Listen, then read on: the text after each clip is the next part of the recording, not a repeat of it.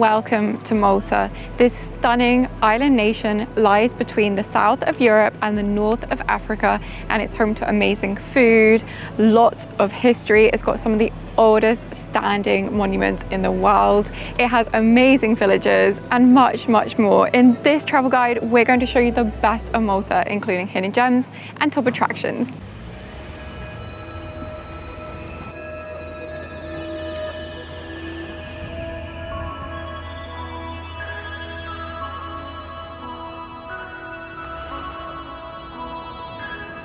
Valletta is Malta's exciting and historic capital. I read in a lot of places online that you should spend a whole day here, and so that's exactly what we're going to do. We're starting out at Fort Elmo, which dates all the way back to the 1550s when it was built by the Order of St. John.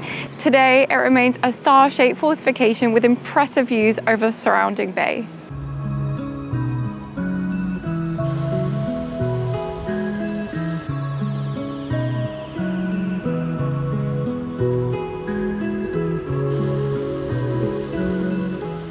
If you're interested in military history, it's actually been transformed into a small museum where you can learn more about the history of the area. I think it costs around €10, but we're quite short on time as we have so much to do, and so we won't be going today.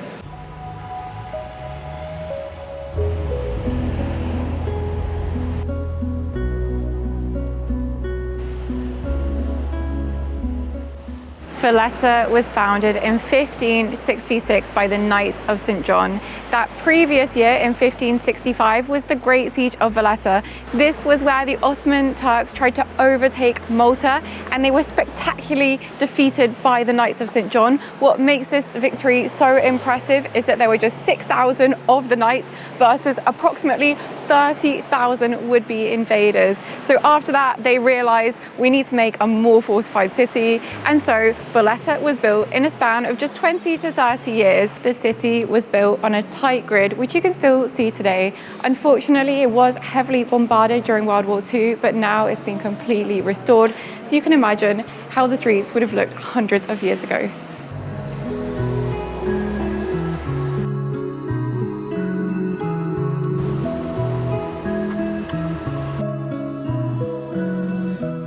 One of the best things about visiting a fortified city is that you have incredible views everywhere you go.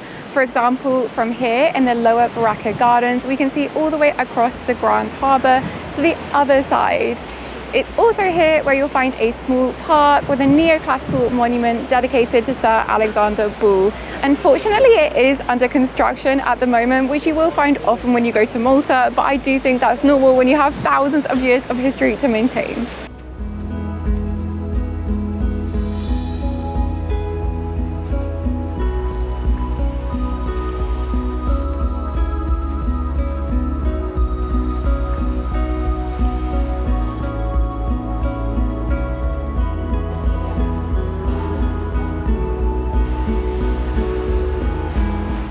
We ended up stopping for a coffee at this cozy cafe by the name of Coffee Circus.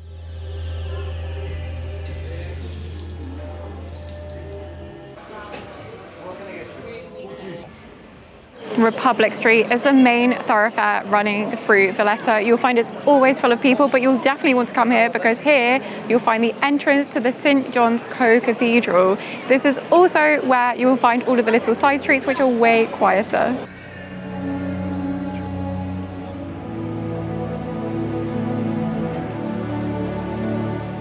St. John's Co-Cathedral was built by the Order of St. John in the 16th century, and once inside, you'll be amazed by all of the ornate details.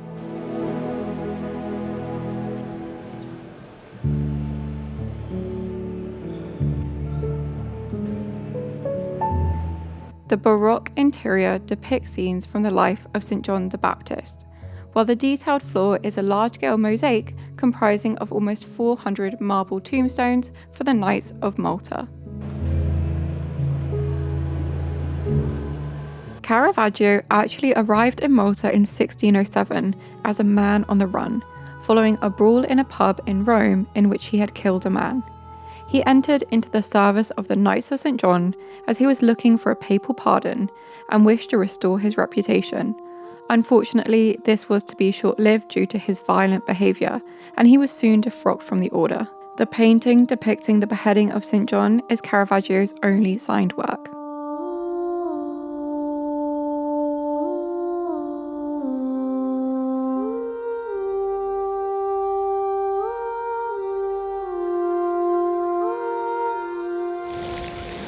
Apart from the cathedral, another highlight of Republic Street is St. George's Square. This is also sometimes referred to as Palace Square because it stands right in front of the Grand Master's Palace. It dates all the way back to the 17th century and has seen many events during Malta's history.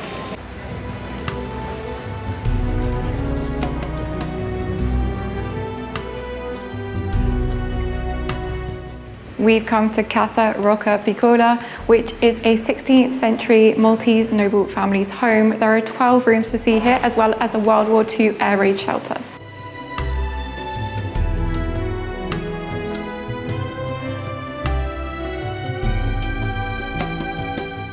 As I mentioned, Valletta was heavily bombed during World War II, and so its residents were forced to flee underground. At this house, you can actually see one of the former air raid shelters. It honestly goes very deep underground. It's quite cold down here, and when it rains, it gets a bit wet.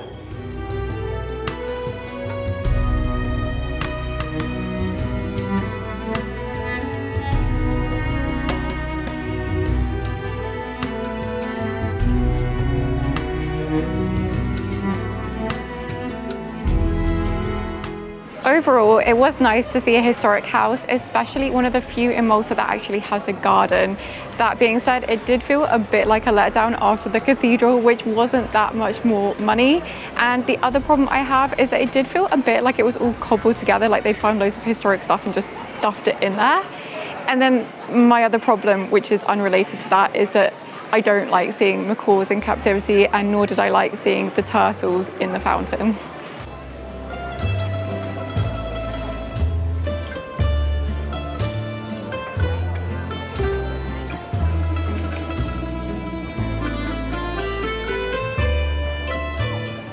Once you come off Republic Street, you're on these little side streets where you're often the only person here. I've never seen that in any other capital city in the world, and it's really quite delightful because you can really get a look at the balconies. We even found the Honorary Consulate of Canada.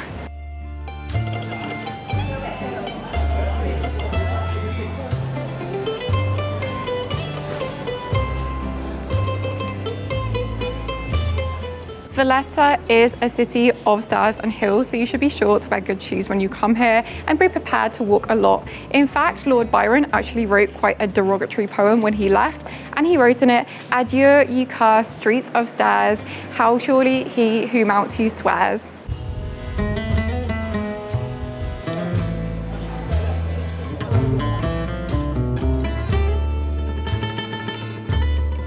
Valletta is pretty famous for all of its iconic balconies, and there's actually a legislation in place that means that your balcony has to be the same colour as your front door, which makes it even more charming.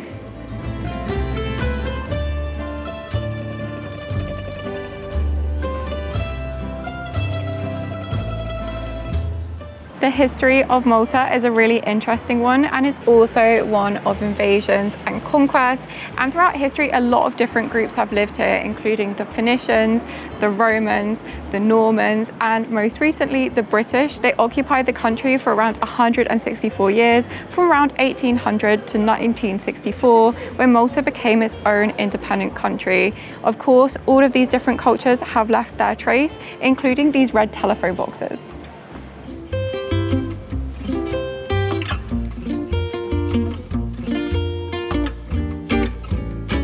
Another highlight of the fortifications can be found at the upper Baracca. Here you'll find the saluting battery, where twice a day a cannon rings out at 12 and then at 4. This happens between Monday and Saturday.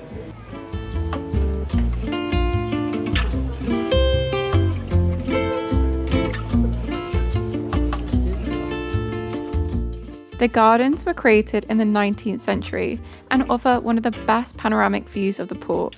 This is easily one of the best places to enjoy sunset in Valletta.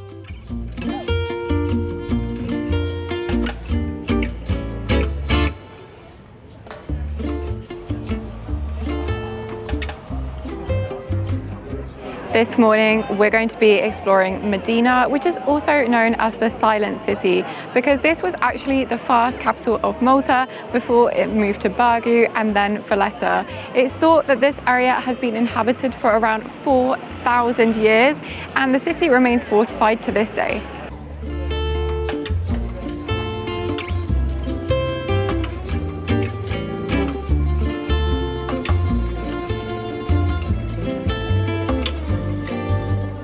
It's alleged that St. Paul the Apostle was actually shipwrecked off of the coast of Malta in around 60 Common Era. It was then here in Mdina where it's said that he rested. Mdina is also known as a silent city because when the capital was moved to another part of the island, the city fell completely silent and everyone was asking, where are the residents? Today is definitely not the case. It can be very busy, especially on a sunny Saturday like today.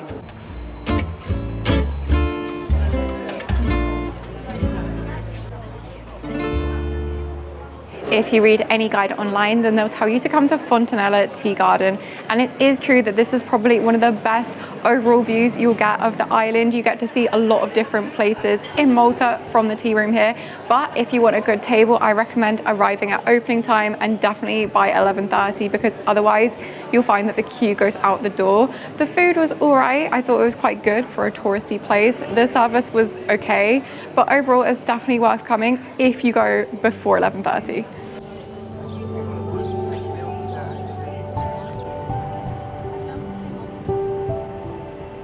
For another panoramic view, you can come to Bastion Square. Here you'll find a charming little square complete with a fountain and some really nice architecture and flowers.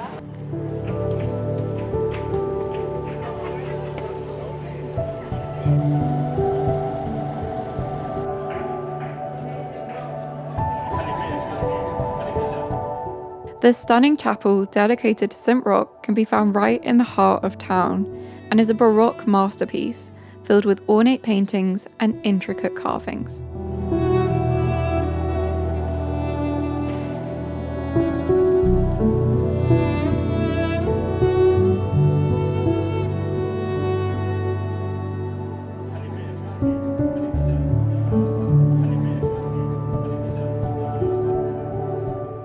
The main thing to do here in Mdina is of course to wander the cobbled lanes. They're all pedestrian, so you can just explore them at your leisure. Be sure to once more look up and enjoy the balconies. Other than that, there are a few attractions of note, including a cathedral which shares its responsibilities with the cathedral in Valletta. St. Paul's Square is obviously home to St. Paul's Cathedral, which you do have to pay €15 to enter, and so we're not going to because we went to the other cathedral in Valletta yesterday. It's also home to the Casa Gozo, which is a 19th century nobleman's home, which has been beautifully restored. You can actually pay to go in and enjoy the view from above.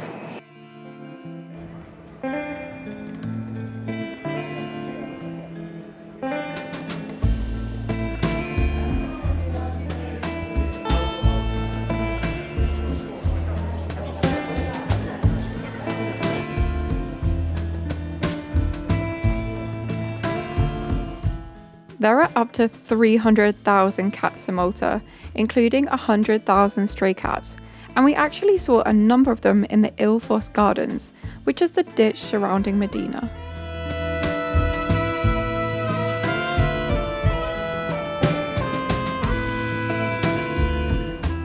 Howard Gardens can be found directly outside of Mdina, and it's named for Joseph Howard, who was the first Prime Minister of Malta in the 1920s.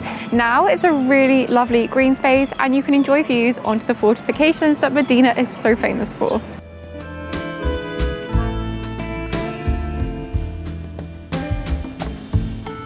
Just outside of Mdina, you'll come to Rabat. This is a town with a population of around 12,000. There are a few places of interest here, including several sets of catacombs.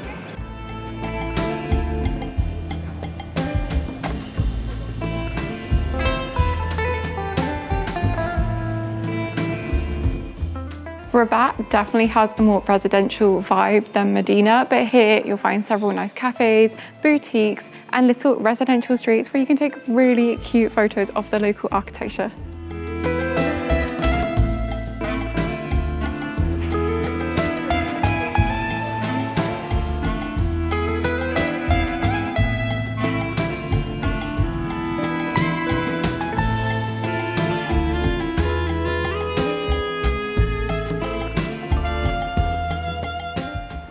is Hagar Qim, and it's a megalithic temple site. It's over 5,000 years old, and here you can see some of the oldest freestanding stone structures in the entire world.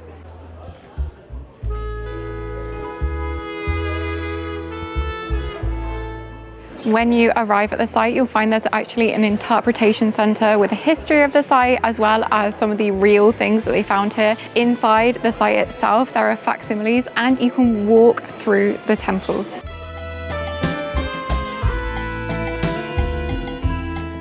Included in the price of your ticket, you actually get to see another megalithic temple complex, and it's slightly bigger than the first one. So we're going to go and check that one out now.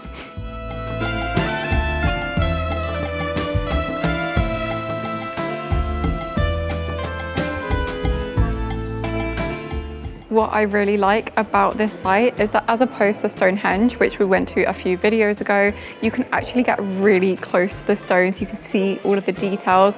What I like a little bit less though is that there isn't very much information, so you'll definitely want to download the audio guide if you do come here.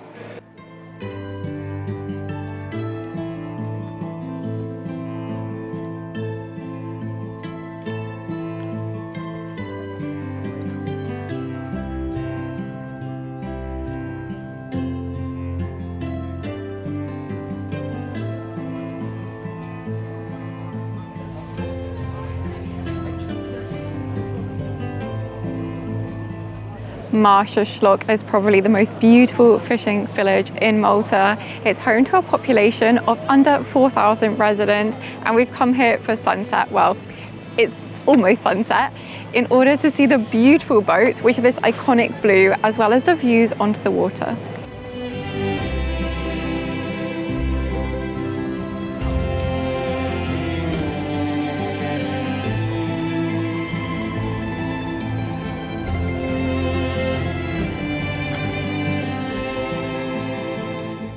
There's not a great deal by way of attractions here, so the main thing is to really soak up the ambience and eat or drink at one of the many waterfront restaurants along the harbour front.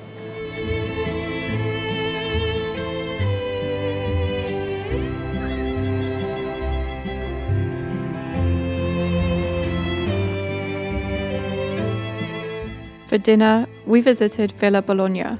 This delightful Mediterranean restaurant is also a ceramic shop and serves up all kinds of fresh and delicious cuisine.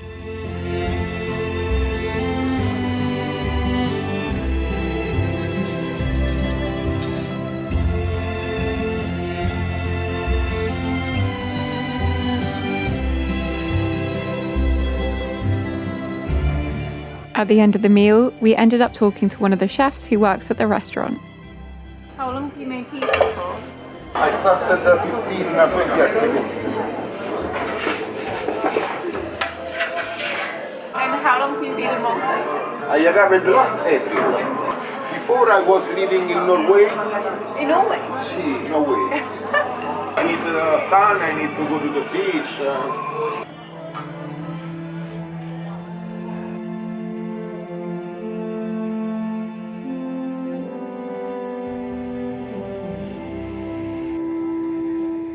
If you're looking for a quick half-day excursion from Valletta, then you'll want to come to the Three Cities. This area is so cool because it's formed of 3 fortified cities. The best known one is Birgu, which also has the most places of interest.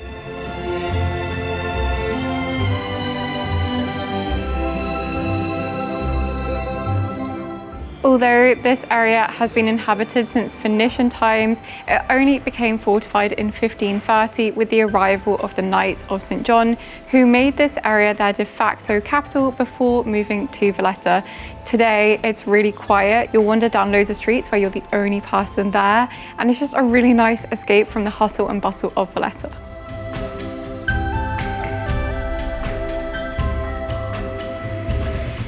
Something that can be quite confusing is that each of the 3 cities have a Maltese name and a Knights of St. John name, and these are all used interchangeably. The whole area together is known as the Coastline.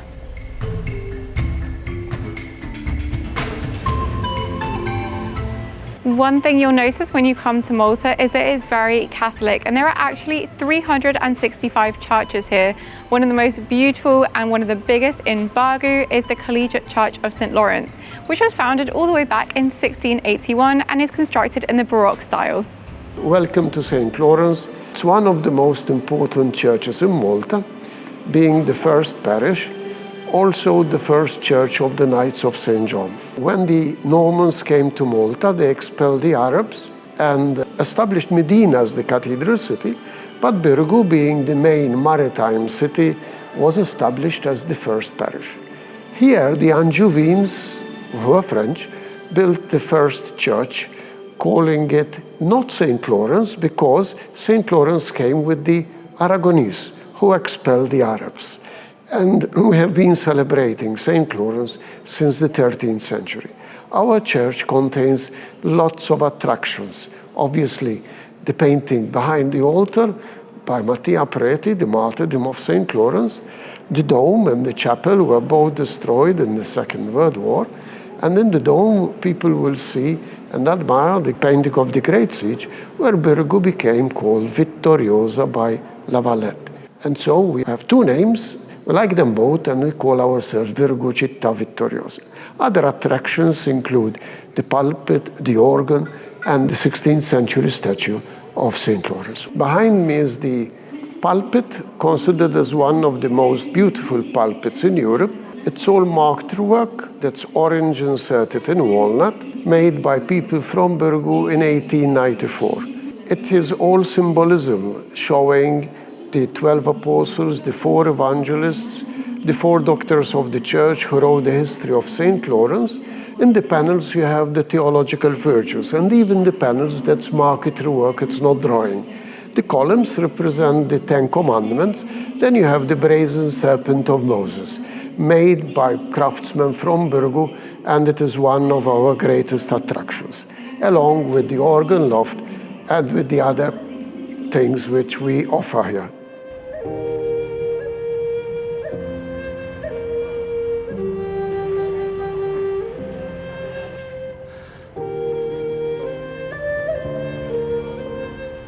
Of course, one of the best things to do in this area is come to the waterfront. Here you can see the little water taxis that take you to Valletta. You can also see the Freedom Day Memorial, as well as a historic city gate.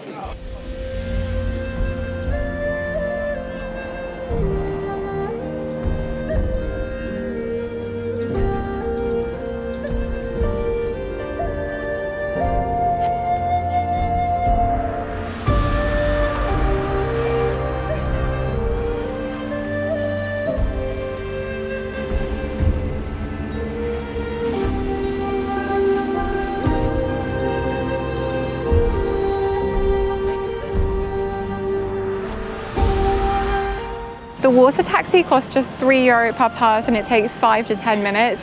And if you get the chance to, I really recommend taking it at sunset. Honestly, if I have one word for it, it's magic.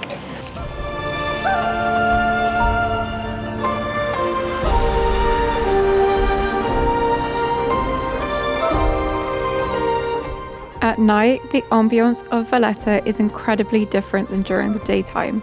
And I really encourage you to have a wander around to enjoy the lit up streets and book a table at one of the many restaurants dotted across town.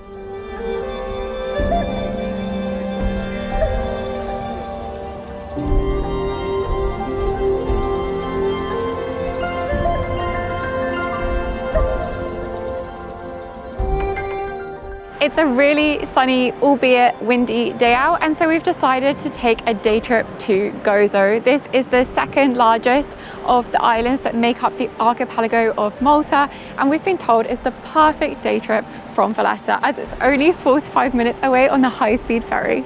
This island is definitely more remote and less built up than nearby Malta. There are many more agricultural activities here, and there are a few ways to get around, but we've personally chosen to get around on a scooter. I think it was around €40 for the whole day. I would say though that I wouldn't get on a scooter on mainland Malta because it's just so crazy, the driving. But here it's very nice and we can explore the island at a relaxed pace.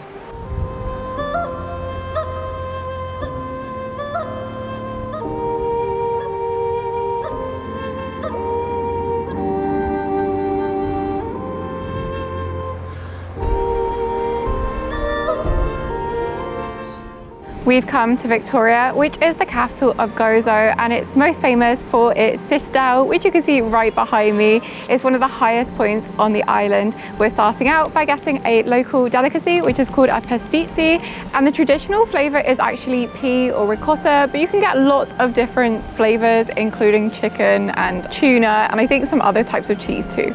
They serve it to you warm, and I picked up the ricotta one because it's the most traditional. I think it was only 50 centimes.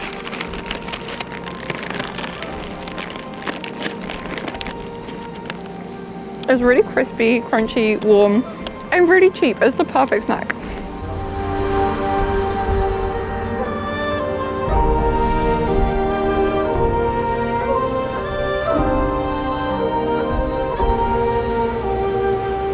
One of the best things to do here is just wander around the streets and soak up the architecture, but there are two main other attractions worth visiting in Victoria, which we're going to show you now.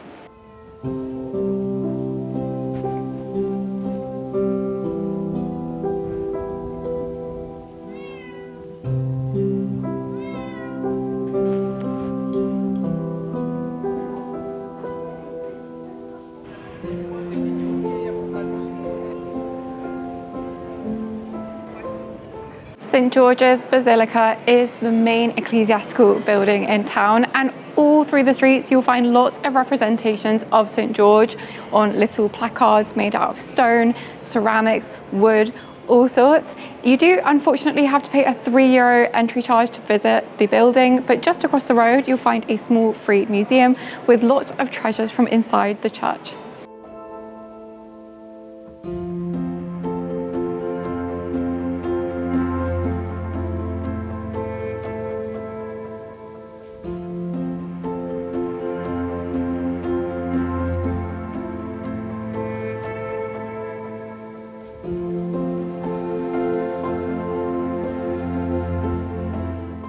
The citadel, also known as the Castello, has been inhabited since the Bronze Age. It sits high above the rest of Victoria, and from the top I think we'll get panoramic views over the whole island.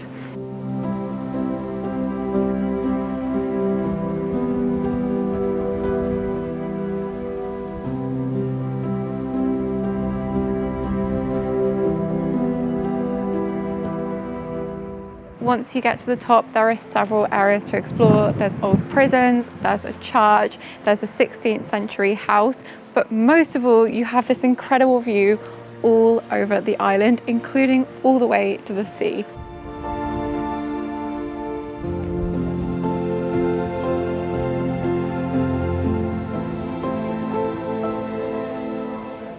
One of the best things about coming here has to be walking along the ramparts from here. You have a 360-degree view of Gozo. We can see the sea in almost every direction.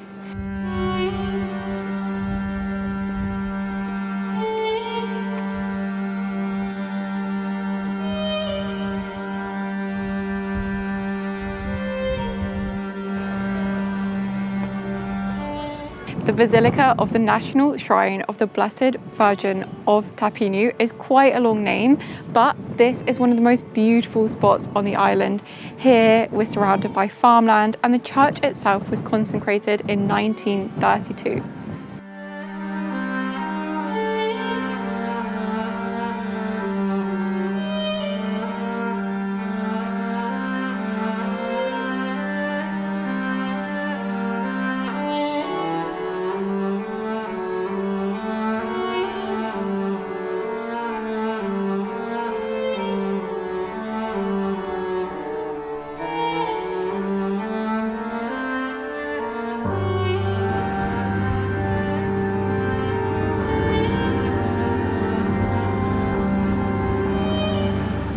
If you want to see a really unique landscape, then you'll want to come and see the Gozon salt pans. Some of these are up to 350 years old and have been panned by the same families for centuries. They actually stretch for 3 kilometers down the coast, so there's lots of unique landscapes to enjoy.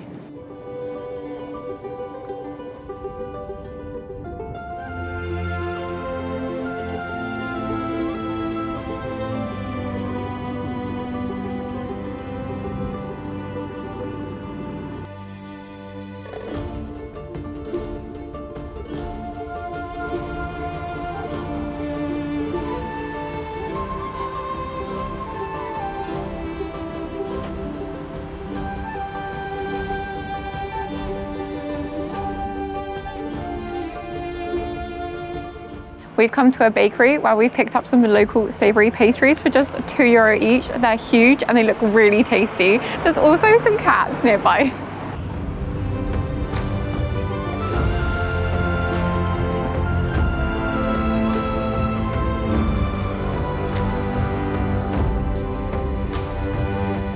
Thank you so much for watching, and don't forget to like and subscribe for more Europe travel content. See you next week.